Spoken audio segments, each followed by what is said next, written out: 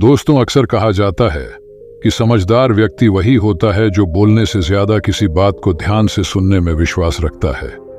मौन रहना एक कला है और यकीन मानिए, यह जितना आसान सुनने और बोलने में लगता है, वो उतना ही कठिन काम है जो हर कोई नहीं कर पाता। वैसे तो चुप रहने के कई नुकसान हैं, लेकिन सही जगह पर चुप रहने के कुछ ऐसे फायदे भी हो जाते हैं जिन्हें जानना उन लोगों के लिए तो बहुत आवश्यक है जो अक्सर हर जगह बोलने या जवाब देने की आदत रखते हैं। कई अवसरों पर चुप रहना आपकी समझदारी जाहिर करता है। बड़े बड़े विद्वान भी यही कहते हैं कि मनुष्य के भीतर मौन रहने का गुण अवश्य होना चाहिए। आज की इस वीडियो में हम आपको उन 5 अवसरों से अवगत कराने जा रहे हैं जहां आपको अक्सर चुप रहना चाहिए।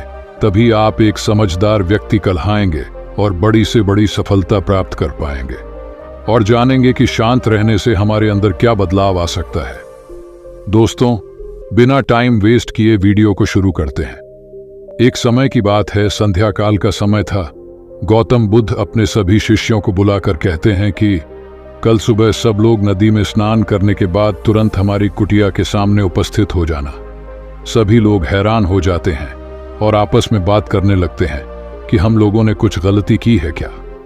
कुछ शिष्य बोले, लेकिन ये भी हो सकता है कि गुरुजी कल सुबह कुछ अच्छी बात बताने वाले हों। सब लोग रात को सही समय पर सो जाते हैं और सुबह उठकर सभी लोग नदी में स्नान करने के बाद वापस गौतम बुद्ध के सामने उपस्थित हो जाते हैं। गौतम बुद्ध कहते हैं कि आज मैं तुम सबको 5 अवसरों पर चुप रहने के फायदों से अवगत कराऊंगा। अगर आप इन 5 अवसरों पर शांत हो गए, यानी मौन हो गए, तो आप जो चाहेंगे वही आपको मिल जाएगा। आपकी जिंदगी में चमत्कारी बदलाव शुरू हो जाएंगे। गौतम बुद्ध कहते हैं, सबसे पहले ऐसा अवसर जहां पर आपको को चुप रहना चाहिए जब किसी की बुराई की जा रही हो। जिस स्थान पर किसी की बुराई की जा रही हो, आपको उस बातचीत में भाग नहीं लेना चाहिए। अगर किसी कारणवश आपको वहां मौजूद रहना भी पड़ जाए तो भी चुप रहने में ही भलाई है।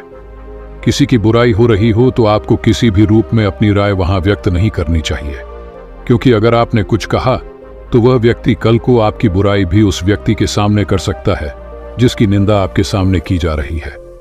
दूसरा ऐसा अवसर जहां पर आपको को चुप रहना चाहिए, किसी विषय में पूरी जानकारी न होना। अगर आपको किसी घटना या व्यक्ति के विषय में पूरी जानकारी नहीं है तो आपको हर हाल में आपको मौन रहना चाहिए। अधूरा ज्ञान न होने से कहीं ज्यादा खतरनाक होता है। इसलिए इन अवसर पर कोशिश पूरी करें कि आप बिना पूरी बात जाने न तो अपनी राय रखें और न ही अफवाह फैलाएं। अन्यथा आपको सामाजिक रूप से निंदा या हास्य का पात्र बनना पड़ सकता है। अगर स्थिति ज्यादा गंभीर हुई तो आप स्वयं या किसी और को मुसीबत में भी डाल सकते हैं।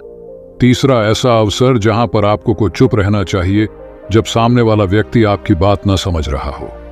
जब आपको यह झांत हो जाए कि सामने वाला व्यक्ति न तो आपकी भावनाओं का सम्मान कर रहा है और ना ही वह आपकी बात को समझ रहा है, तो ऐसी स्थिति में आपको स्वयं शांत और चुप हो जाना चाहिए। हिंदी में एक कहावत है, भैंस के सामने बीन नहीं बजानी चाहिए। इस समय आपको इस कहावत पर गौर करना चाहिए ताकि न तो आपकी एनर्जी वेस्ट हो और न ही आपको बेवकूफ समझा जाए। चौथा ऐसा अवसर जहां पर आपको को चुप रहना चाहिए जब कोई व्यक्ति अपनी परेशानी आपसे कह रहा हो।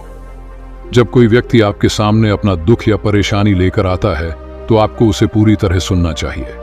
उसे न तो बीच में टोकना चाहिए और न ही उसको समाधान देना चाहिए।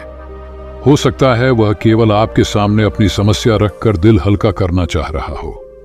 जब तक कोई आपसे मदद या सुझाव न मांगे तब तक आप मदद या सुझाव कभी न दें। पांचवा ऐसा अवसर जहां पर आपको को चुप रहना चाहिए जब कोई व्यक्ति क्रोधित हो या आपसे झगड़ा कर रहा हो। जब आपका कोई करीबी व्यक्ति आपसे झगड़ा कर रहा हो या किसी बात पर आपसे क्रोधित हो तो उसके सामने आपका चुप रहना ही समझदारी भरा कदम है। अगर उस क्रोध की अग्नि में आप भी कूद पड़ेंगे या उनसे झगड़ा करने लगेंगे तो जो बात कल सुलझ सकती थी वह बिगड़ती चली जाएगी। अगर आप चुप रहेंगे तो वह व्यक्ति कुछ वक्त के बाद अपने आप आकर आपसे माफी मांग लेगा। इतना कहकर गौतम बुद्ध ने कहा, शिष्यों, आज के लिए बस इतना ही। अगर तुम सब मेरी इन 5 बातों को अपने जीवन में अपना लेते हो तो तुम सब काफी हद तक परेशानियों से बचे रहोगे। यहां से जानने के बाद मेरी ये बातें आपके जीवन में किसी वरदान से कम साबित नहीं होगी।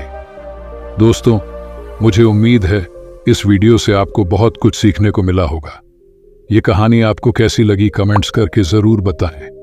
इस प्रेरणादायक कहानी को अपने परिवार और मित्रों के साथ शेयर करके उन्हें भी इस ज्ञान से अवगत कराएं। अगर ये कहानी आपको अच्छी लगी हो तो वीडियो को लाइक करें और ऐसी ही ढेर सारी कहानी सुनने के लिए हमारे इस चैनल को सब्सक्राइब कर लें। मिलते हैं अगली वीडियो में। धन्यवाद।